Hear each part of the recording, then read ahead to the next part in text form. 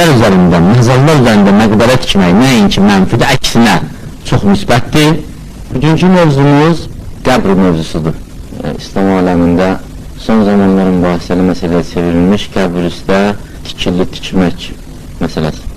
İnsanın, böyük şəxsiyyətlərin qəbri üzərində məqbərə tikməsi, qübbə tikməsi halaldır, icazə verilib.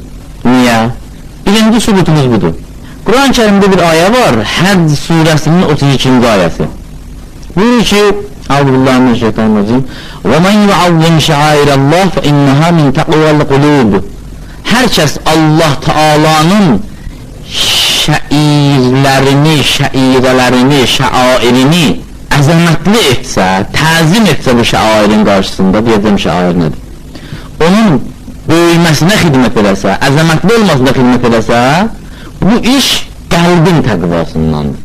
Az görməmişdik Allah'ın o qoca kişini, balaca boy kişini, gəlirdi Məşhəd Müqəddəsə, İmam Rıza Aleyhisselamın ziyarətgahına yaxınlaşanda, görürdük titriyə-titriyə, əsə-əsə əyilir, o qapının ayaq altısını öpür, sonra girirsən. Hə, sən nəfəs alıb altı girirsən burada, belə oldu, filan oldu, mən müşrik, hansı adam görmüsən müşrik olub qəbrə ziyarətə getməklə? Yarmalı qatda görün.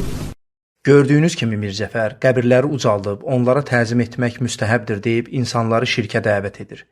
Qeyd etdiyi Həcc surəsi 12-ci ayənin də mövzu ilə heç bir əlaqəsi yoxdur. Mirzəfərin insanları şirkə dəvət etməsi bizim üçün heç də təəccüblü deyil. Çünki bu həmən Mirzəfərdir ki, Adil və Samin ilə bəhsdə ya Əli mənə övlad ver deyərək İmam Əlidən övlad istəmək olar demişdir.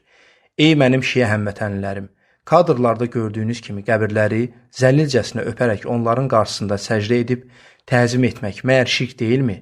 Əgər bu şirk deyilsə, yer üzündə şirk yoxdur.